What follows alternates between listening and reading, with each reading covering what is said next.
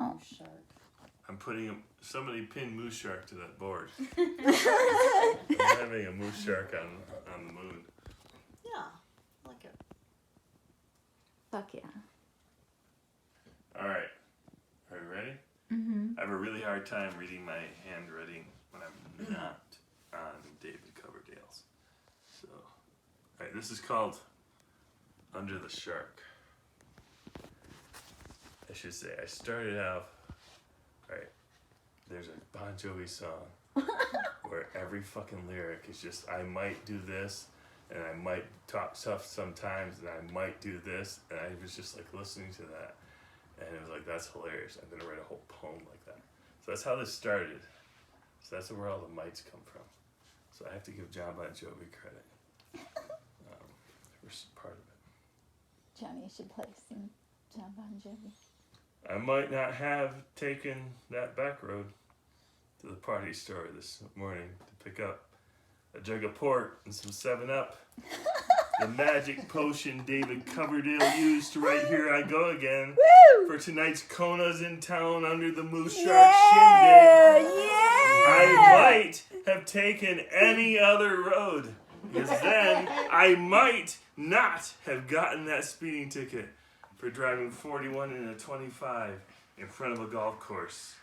I might not have gotten that lecture from officer passenger side door about how there's a little golf course that lives in the neighborhood. And who did I think I was, John Travolta?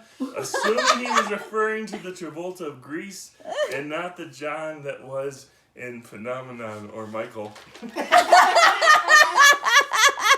Hauling old Nissan ass like a drag racer down an empty guitar solo street, scaring the golf carts like that. I might not be the easiest guy to lecture that early in the morning when my head's still full with chaos and I take getting pulled over for shit like this so goddamn existentially. I might have at least tried to pull myself together instead of doing a verbally improvised impression of Johnny Depp doing his Buster Keaton impression of a couple of forks holding a couple of potatoes dancing on top of a table, knowing damn well as I was doing it that I was the only one involved in any of this that was getting the goddamn reference to the Jakey Lee Bark at the Moon album that was still bouncing around the car because that's just what I'd been listening to. When I'd eventually noticed the flashing lights in the mirror that had apparently been going off for a decent amount of time. Long enough to cause the officer's Saturday morning fever to say something like, "Would you like to tell me why it took you so long to pull over?" I might have quoted something from The Departed, such as, "Your vulnerability is really scaring me right now." But instead of saying that, I told him the truth. I didn't see you back there because you were behind me. You didn't hear the sirens. He didn't believe me. I might have heard the sirens if I hadn't been concentrating on a particular Jakey Lee riff, replaying the finger patterns on an imaginary fretboard in my head. I couldn't hear your sirens, I told the officer PMRC. I was listening to Bark at the Moon. Obviously, I wasn't trying to outrun you or get away. I was only going 41. Evidently, he was not a fan of early Jakey Lee riffs or of me.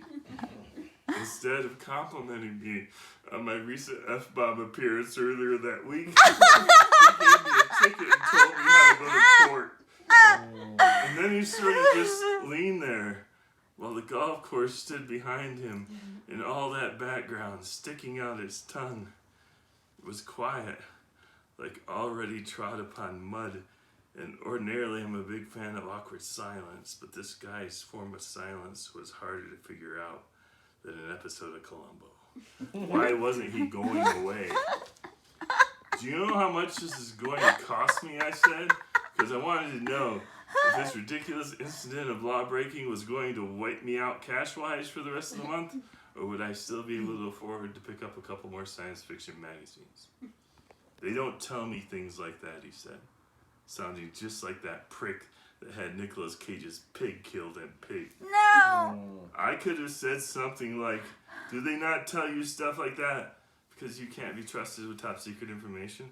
Like how much it's going to cost someone if they get caught driving 16 miles over the speed limit? Or, so how long have you been a blabbermouth? I didn't say anything like that. I said okay. And then he went and told me to drive safe now. And I walked away. Woo. And I swear to Pam and Tommy, I almost fucking lost it. Drive safe now? Really?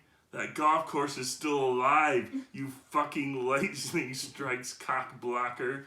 My soul might have another crack in its cover at this point, but that golf course is still fucking okay.